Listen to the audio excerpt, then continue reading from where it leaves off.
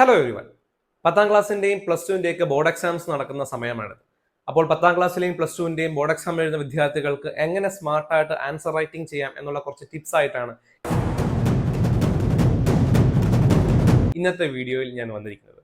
ആദ്യമേ തന്നെ നിങ്ങൾക്ക് ആൻസറുകൾ എഴുതാൻ ലഭിക്കുന്ന ആൻസർ ഷീറ്റുകൾ പ്രോപ്പറായിട്ടും ക്ലീൻ ആയിട്ടും അവസാനം വരെ മെയിൻറ്റെയിൻ ചെയ്യുക എന്നുള്ളതാണ് നിങ്ങളുടെ ആദ്യത്തെ ലക്ഷ്യം എന്ന് പറയുന്നത്. അതിൽ ആവശ്യമില്ലാത്ത രീതിയിലുള്ള മാർക്കിങ്ങുകളോ അതിൽ കീറലുകളോ ഒക്കെ വരുത്താതിരിക്കാൻ പ്രത്യേകം ശ്രദ്ധിക്കുക.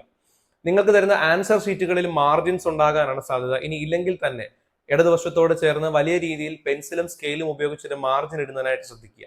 ഇനി ഈ മാർജിനോട് ചേർന്ന് കൃത്യമായ ക്വസ്റ്റ്യൻ നമ്പറുകൾ നമ്മൾ എഴുതണം. ഇനി ഉത്തരങ്ങൾ എഴുതി തുടങ്ങുമ്പോൾ ഒരുപാട് ലെഫ്റ്റ് സൈഡിനോട് മാർജിനോട് ചേർത്ത് അല്ലെങ്കിൽ എഡ്ജസിനോട് ചേർത്ത് എഴുതാതിരിക്കാൻ ശ്രദ്ധിക്കുക. കാരണം CBSEയുടെ 12ാം ക്ലാസ് ബോർഡ് എക്സാമിൽ ഇത്തവണ ഓൺ സ്ക്രീൻ മാർക്കിംഗ് ഇവാലുവേഷൻ ആണ് നടത്തുക. അപ്പോൾ ഈ പേപ്പറുകൾ സ്കാൻ ചെയ്യുമ്പോൾ ഒരുപാട് ഇടതുവശത്തേക്ക് ചേർത്ത് എഴുതുന്നത് ചിലപ്പോൾ സ്കാനിങ്ങൾ ക്ലിയർ ആകണമെന്നില്ല.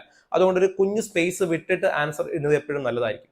അതുപോലെ തന്നെ മാത്സ്, സയൻസ് പോലെ വർക്കൗട്ടുകൾ ആവശ്യമുള്ള സബ്ജക്റ്റുകൾക്ക് വലതുവശത്ത് വളരെ വലിയ രീതിയിൽ ഒരു സ്കെയിലും പെൻസിലും ഉപയോഗിച്ച് ഒരു മാർജിൻ ഇടുന്നത് എപ്പോഴും നല്ലതായിരിക്കും. അതിനകത്ത് തന്നെ വർക്കൗട്ടുകൾ ചെയ്യാനും ശ്രദ്ധിക്കുക. അടുത്തതായിട്ട് ഓവർ റൈറ്റിങ്ങും സ്ക്രിബിളിങ്ങും ഒക്കെ ഒഴിവാക്കാൻ ശ്രദ്ധിക്കുക. നിങ്ങൾക്ക് മിസ്റ്റേക്ക് അല്ലെങ്കിൽ തെറ്റുകൾ സംഭവിക്കുകയാണെങ്കിൽ ഒരൊറ്റ വര കൊണ്ട് അതിനെ സ്ട്രൈക്ക് ഓഫ് ചെയ്യുകയും തൊട്ടടുത്ത ലൈനിൽ അതിനെ റീറൈറ്റ് ചെയ്യുകയുമാണ് ചെയ്യേണ്ടത്. അല്ലാതെ സ്ക്രിബിൾ ചെയ്തിട്ട് അതിന്റെ മുകളിൽ കൂടെ എഴുതാനായിട്ട് ശ്രദ്ധിക്കരുത്. അതുപോലെ തന്നെ അടുത്തതായിട്ട് കീവേഡുകൾ അണ്ടർലൈൻ ചെയ്യുന്നതിനായിട്ട് ശ്രദ്ധിക്കുക. പ്രധാനപ്പെട്ട പോയിന്റുകൾ ഉണ്ടെങ്കിൽ വേർഡ്സ് അണ്ടർലൈൻ ചെയ്യുക.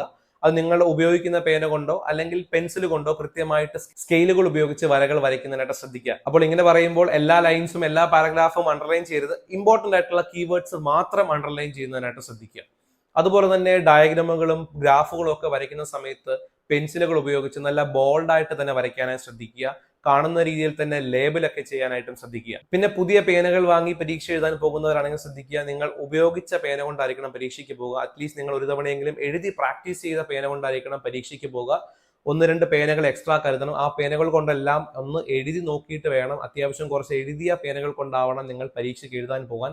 അല്ലെങ്കിൽ ഒരു ഫ്രിക്ഷൻ ആദ്യമേ ഉണ്ടാവും. അപ്പൊ നിങ്ങളുടെ സ്പീഡിനെയൊക്കെ അത് ബാധിക്കും. ഈ വക കുഞ്ഞു കുഞ്ഞു ടിപ്സുകൾ ശ്രദ്ധിച്ചാൽ ആൻസർ റൈറ്റിംഗ് സ്മാർട്ടായിട്ട് ചെയ്യാൻ പറ്റും. ഒരു വാല്യുവേഷൻ നിങ്ങൾക്ക് പേടിക്കേണ്ടിയും വരില്ല. നന്നായി പഠിച്ച് പോയി പരീക്ഷ എഴുതുക. എല്ലാ ആശംസകളും എല്ലാ വിദ്യാർത്ഥികൾക്കും. കൂടുതൽ വീഡിയോസിനായി ഈ ചാനൽ ഫോളോ ചെയ്യുകയും സബ്സ്ക്രൈബ് ചെയ്യുകയും ചെയ്യുക. Thank you so much.